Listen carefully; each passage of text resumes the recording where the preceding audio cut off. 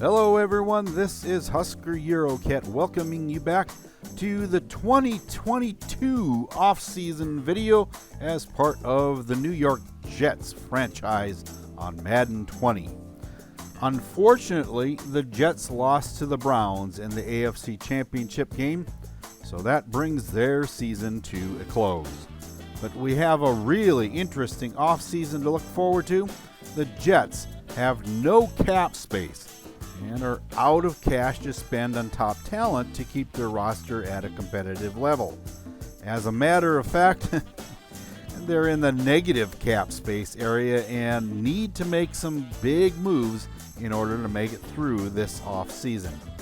First, though, we need to finish out the 2021 season for the top teams. So let's start with who made the Pro Bowl this year. Sam Darnold did make the Pro Bowl squad, although it'd be in the third spot. So unless either Luck or Mahomes gets injured, I'm sure the bench will be warm where he's going to be sitting. Le'Veon Bell is, however, the number one halfback to make the squad, so he should see a lot of action. Kind of a surprise to me is that Trayvon Wesco has made the team as the number one fullback, so it should be a full-on Jets backfield, at least for the first half anyway. Then comes our star receiver John Ross as the number one wideout for this game. Unfortunately, he's the only receiver making the Pro Bowl from the Jets this season. Next comes the offensive line, and we have three Jets that made the team. Jack Willig, Michael Winkler, and Joey Sanders are in the lineup. That makes 7 players just on offense alone. Let's see if the defense fared as well. Nothing in the D-line, but when you get to the linebackers, you have C.J. Mosley and Ja'Kai Polite in the mix. I'm a little surprised that Avery Williamson isn't there, but that time that he spent out of the lineup injured may have kept him out of the Pro Bowl. Then you have Tremaine Johnson at cornerback, which is nice to see the NFL interception leader on the team. And finally, we have kicker Daniel Carlson. He definitely had his issues with accuracy this season, but it would seem that he did well enough to make the squad. It'll be nice to see those players get a boost in XP as a result. Someone please tell me in the comments how you get to see who actually won the Pro Bowl if you don't play the game. That's a little frustrating to me. And now it's on to the yearly awards, and up first is who was the league MVP, and that was Patrick Mahomes from the Chiefs. A little surprising that not one of the Jets even made the list, and number 10 on the list is Josh Allen, quarterback from the Bills. I didn't think he had all that great of a season, but then again, well, I'm just a commentator. Coach of the year was Freddie Kitchens and from the Browns, and in second was Chris Dale of the Jets. A couple of outstanding seasons for both teams to end at 13-3 for, the regular season anyway. In the AFC, the Jets won in 3 categories this season. Le'Veon Bell for running back, John Ross III for receivers, and our Defensive Player of the Year, Tremaine Johnson for DBs. Others came close. It's not like there weren't others in the top 10s for each category, but there's not something that I can't fathom. Sam Darnold makes the Pro Bowl and yet doesn't even get a mention on the list for quarterback of the year. How can that happen? I just don't get it. In the NFC, Ezekiel Elliott wins the Offensive Player of the Year, and Khalil Mack wins for the Defensive Player of the Year.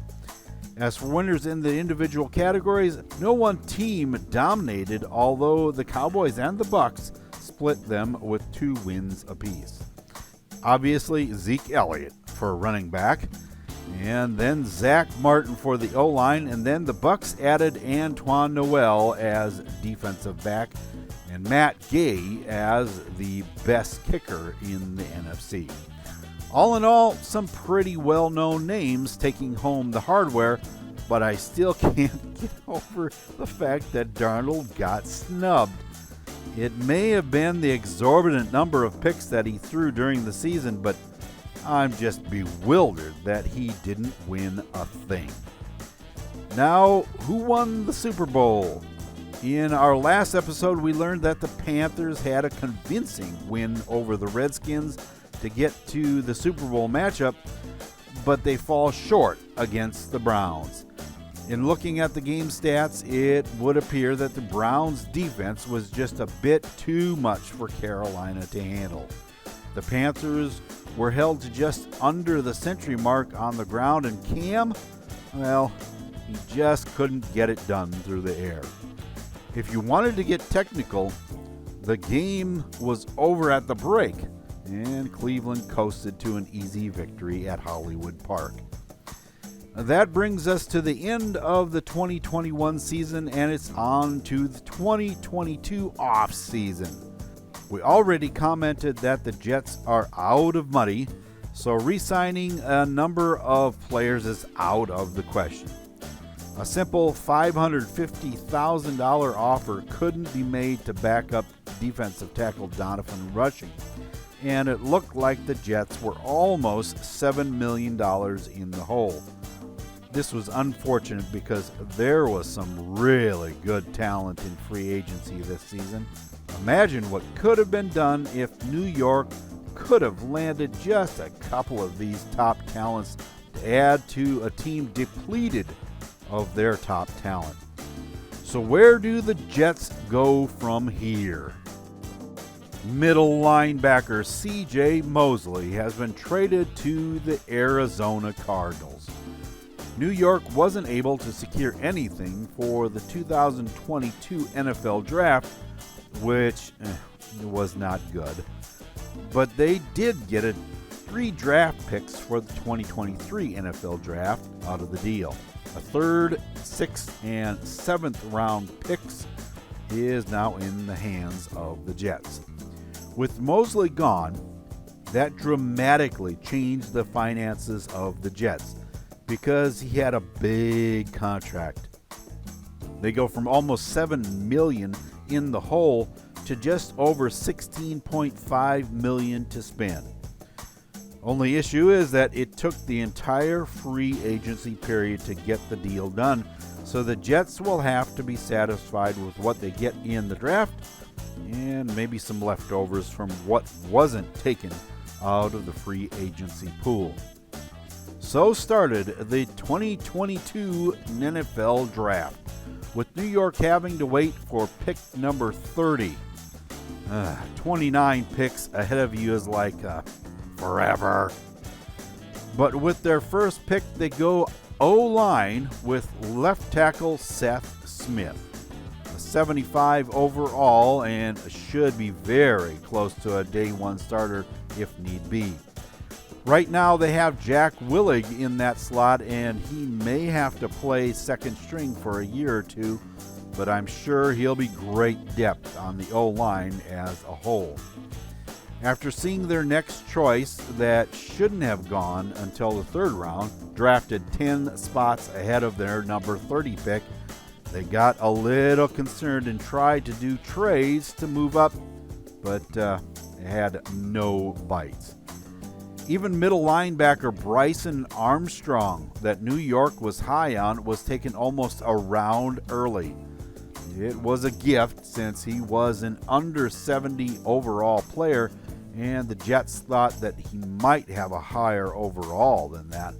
So with the 30th pick in the 2nd round, New York selected Robert Ramirez, strong safety out of San Jose State. He ended up being a 71 overall.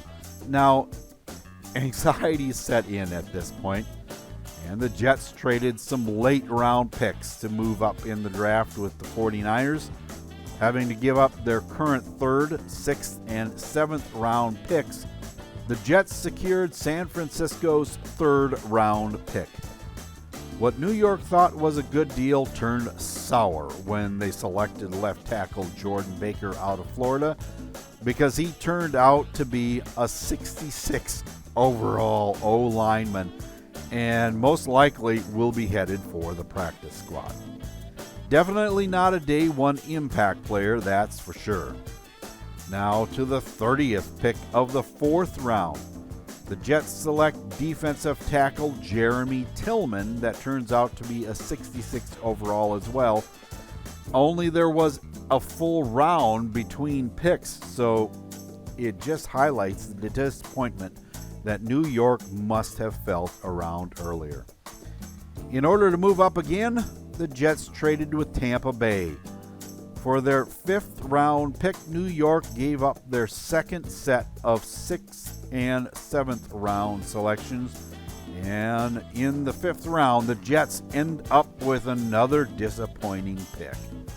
Right end Blake Thompson out of Florida is selected, and although he's got hidden development, he's only a 61 overall player.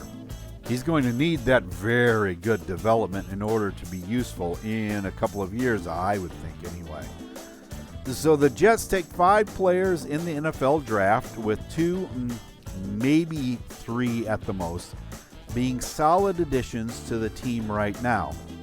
Something that astounds me a bit is that their number 1 pick has been signed to a contract with a larger bonus than salary. How does that happen on a rookie contract? Well, does that mean a busted offseason for New York? Remember that at this point they have over $16 million they can spend, depending if any of the free agency leftovers are any good, of course. Since cornerback was kind of a bust in the draft, they immediately find cornerback Levi Wallace at a 77 overall, and with a 79 awareness rating, hopefully he'll be able to make a solid impact. Then they find what they hope is the steal of the offseason in wide receiver Antonio Callaway. Remember, he did give the Jets a few fits in the AFC Championship game when he was a Brown. The Jets hope to capitalize on that talent moving forward. Next, New York really needs to beef up the tight end spot a bit, so they offer a contract to 4-year vet Jordan Thomas. They also missed out on a good defensive end to replace Henry Anderson, so they offered a contract to right end Kimoko Toure. With his speed rusher archetype, it should make getting to the quarterback a little more of a threat. Now, adding some depth, they find defensive tackle Donovan Rushing, that was on the squad a year ago, and sign him back to the squad. Also, some competition for him is Kirby Torrance, a rookie last season, but ready to make a difference for the Jets. In looking through the roster, New York noticed that they forgot to get a really good backup halfback for Bell, and now after the free agency and the draft, would one even be available? They found 26-year-old Justin Jackson. Not the fastest elusive back in the business, but seems to be a little better athlete than TJ Yeldon is. But wait, hold on a minute. The Jets found themselves strapped for cap space once again. Back to the roster to find someone who could be released, or better yet, traded. And there was 30-year-old Quincy Enunwa, once a very good wideout for the Jets, is now targeted and traded to the Cincinnati Bengals for their 4th round draft pick next year. That now gives New York an extra 4 picks to work with, a 3rd, 4th, 6th, and 7th, and that could come in handy to have some extra draft capital. The Jets gained over $8 million in cap space to work with, and Justin Jackson is added to the team. Now that they're on a roll and finding post-draft talent to add to the team, they go back to the free agent pool. They next find wide receiver Marquez Valdez-Scantling, a 27-year-old that should add a little more depth to the receiving core and maybe enough speed to get the job done. And finally, with the middle of the defense still a little shy in quality depth, aging veteran Zach Brown with 10 years of experience signs with the Jets for a single season. That rounds out the off-season changes to the team. Now the Jets need to take this roster that's now seen with a lot of new faces on it into preseason play in order to evaluate some of the talent that's been added. I'm particularly interested to see how Bell and Jackson work together in the rushing game, and this has to be the fastest receiving crew that I've ever seen on the Jets offense. So with the addition of Callaway and Valdez-Scantling, this should be exciting to see what kind of explosiveness they can get down the field, and if that helps Darnold complete some more of his passes, even to the underneath receivers, if they carry out their routes in a way that lets him do that. On the defensive side of the ball, the addition of the speed of Kimoko Toure just may give the Jets a viable option now for a player to be available for backup on both the right and left side of the line.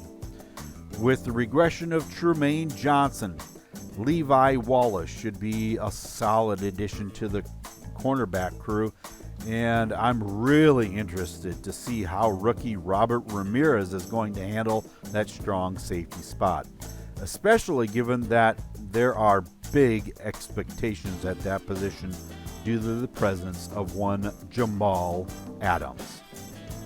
That'll do it for our presentation of the 2022 Jets offseason. Next, we'll see the 2022 preseason. I'm going to try to fit all 4 games into one episode so we can get through the preseason and into the games that really make a difference when it comes to the postseason. The Jets fell 1 point short of making it to the Super Bowl this year, and this next season will be a quest for a second ring in this series. Will the new drafted talent prove that they can make the grade, or will the skill of the experienced free agents take control in the preseason? Be with us as we find out as the Jets try to make a sweep of the preseason schedule. We'll be starting out at home in the dark, well, at night anyway. And until I see you back at MetLife Stadium for the Jets and Titans, this is Husker Eurocat saying so long for now, and have a good day, everyone.